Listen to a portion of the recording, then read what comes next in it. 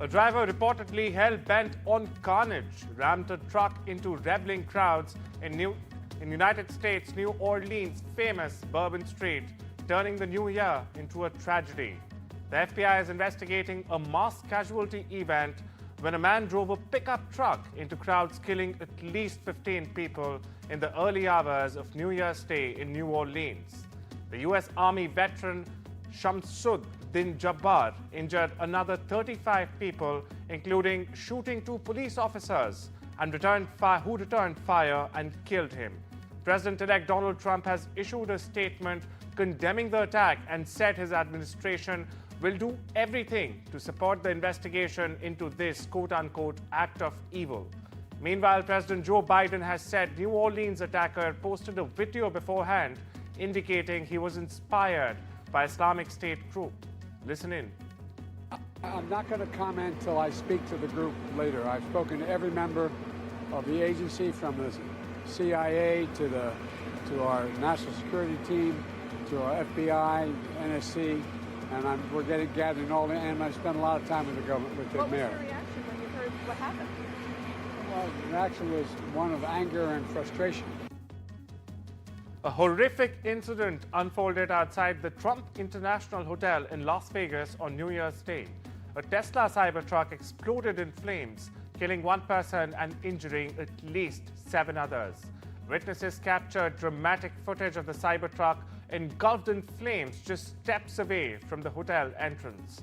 Now, the explosion occurred mere hours after another deadly attack in New Orleans, when a truck plowed into crowds celebrating New Year's Day.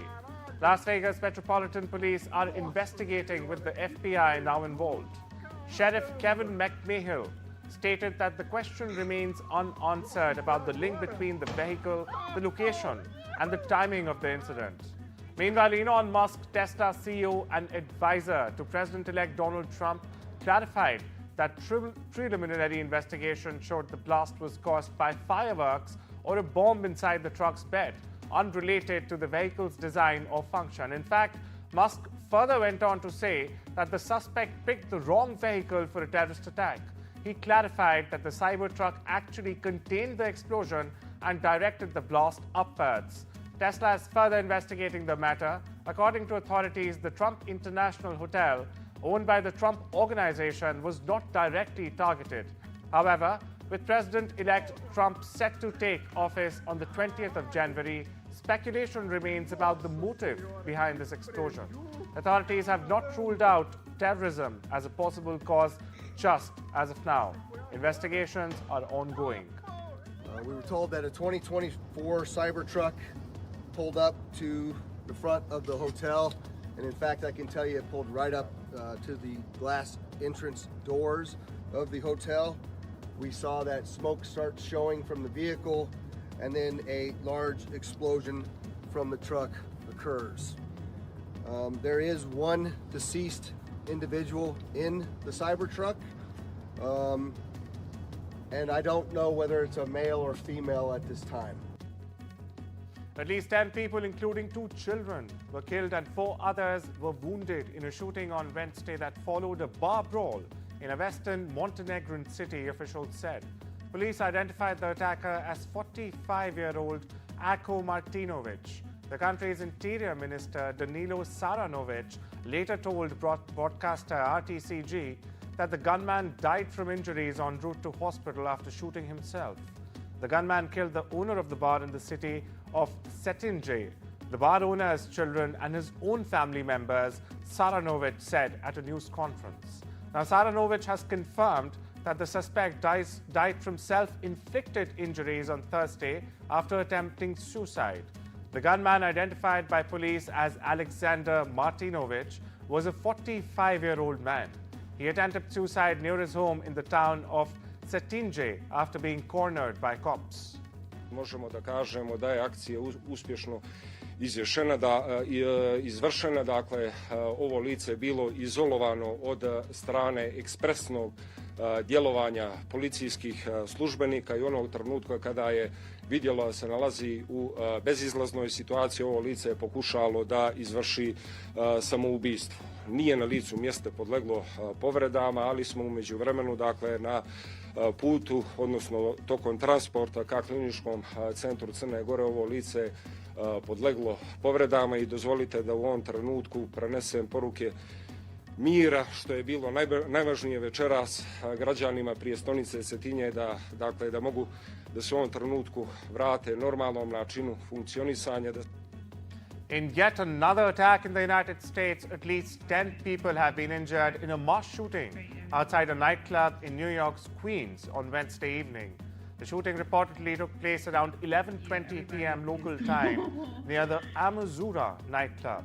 The NYPD said none of the victims are in a critical condition and all are expected to survive. They have been taken to the Long Island Jewish Hospital and Cohen's Children's Medical Center for treatment. The NYPD has released details about the incident. Listen in.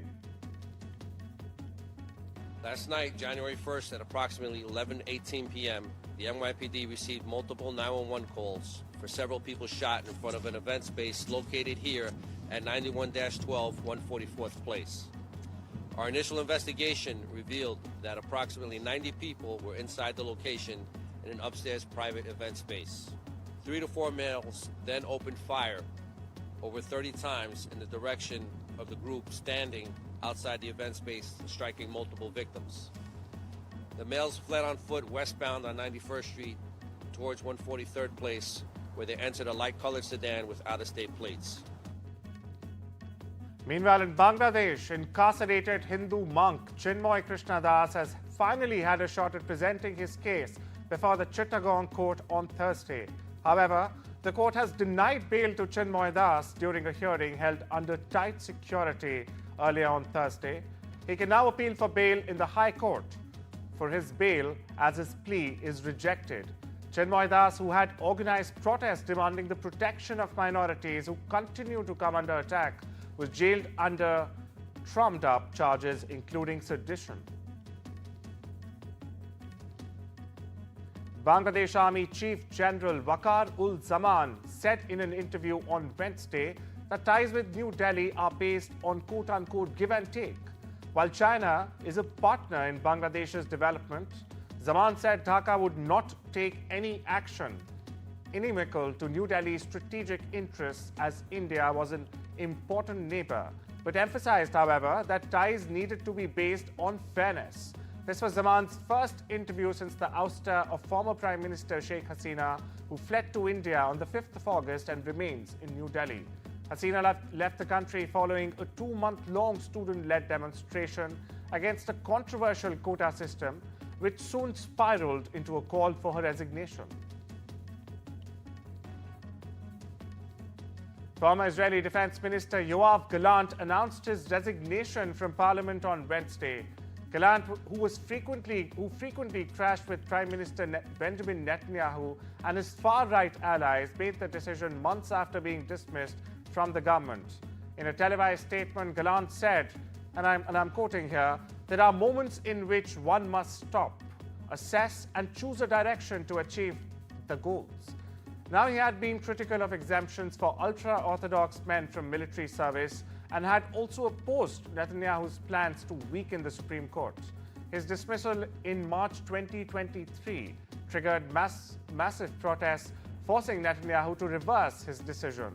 Both Gallant and Netanyahu, along with a Hamas leader, face International Criminal Court arrest warrants over alleged crimes in Gaza, which Israel contests. ערב טוב. בקרוב אמסור ליושב ראש הכנסת את החלטתי לסיים את תפקידי כחבר הכנסת ה-25 בחלוף 45 שנים של שירות ושליחות למען מדינת ישראל.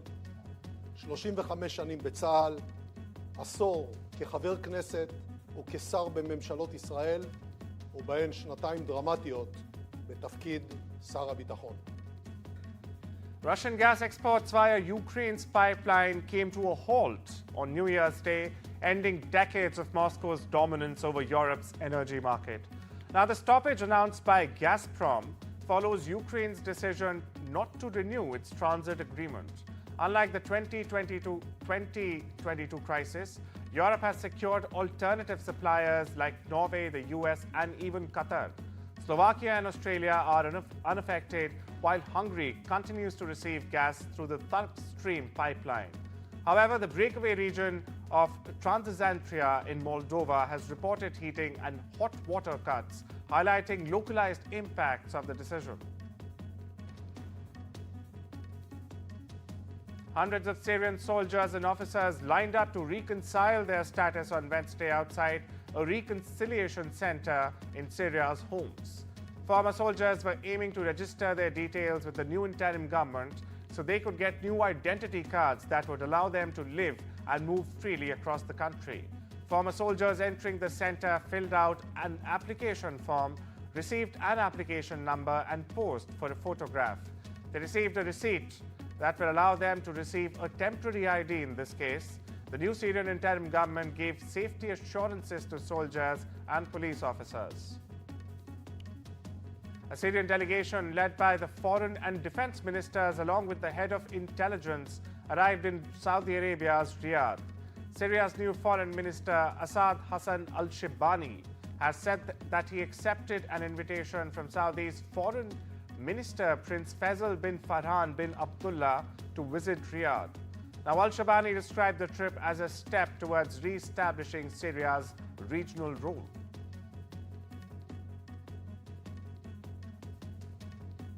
Two new justices were inaugurated in a ceremony at South Korea's Constitutional Court on Thursday. Cho Hang-chang and Jong Gai-son were recommended by the governing and opposition parties respectively. They were appointed by South Korea's acting president Choi Sang-mok on Tuesday, the final day of 2024. 저는 오늘 헌법재판소 재판관으로 새로운 출발을 하게 되었습니다. 영광스러운 자리이지만 그보다는 대한민국의 현 상황에서 헌법재판소에 대한 국민들이 시대적 요구와 헌법적 가치에 따르는 책임감과 사명감으로 마음이 무겁고 두렵기까지 합니다. Two crew members of Australian airline Virgin Australia were allegedly victims of rape and theft in Nadi. The incident took place in the early hours of New Year's Day. The Fiji government has said that the police were investigating incidents involving Fiji Acting Commissioner of Police, Juki Fong Chu, said in a statement. The crew members were in the popular tourist destination on a layover before they were supposed to fly off the following day. Some Virgin crew members had gone to a nightclub in Nadi. Virgin, which said it was aware of the alleged incidents, has sent people to Fiji to provide support, but did not provide any further details. Iran's Deputy Foreign Minister for Political Affairs, Dr. Majid Takht Ravanchi, will be in Delhi on Thursday. He will attend the 19th round of Iran-India political consultations, which will be held on Thursday and Friday. Now, the minister is expected to discuss efforts to diffuse tensions in the region, including over Tehran's disputed nuclear program, before Donald Trump's return to the White House. Talks will also focus on bilateral cooperation, including over the Chabahar port project in Iran. Iran and India have a long-standing historical relationship. It is underscored by cultural and economic ties and formalized by the 2003 Strategic Partnership Agreement. A batch of emergency relief supplies donated by the Chinese government has arrived in Vanuatu's capital, Port Vila, on Thursday to aid in earthquake relief efforts in the Pacific Island nation following last month's deadly disaster. Totaling 35 tons in weight, the supplies include tent, folding beds, solar lights, food, water purifiers, and medical supplies. A handover ceremony was held at the Port Vila International Airport soon after the arrival of the Special Aid flight on Thursday morning. China has carried out the first combat patrol of the year. Taiwan Defense Minister has confirmed that the country detected almost 22 Chinese military aircraft, including the J-16 fighter jets. carrying out a joint combat readiness patrol around the island in conjunction with Chinese warships starting on Thursday morning. Now, this development, viewers, comes right after Taiwan President Lai Ching-te expressed willingness to talk to Beijing.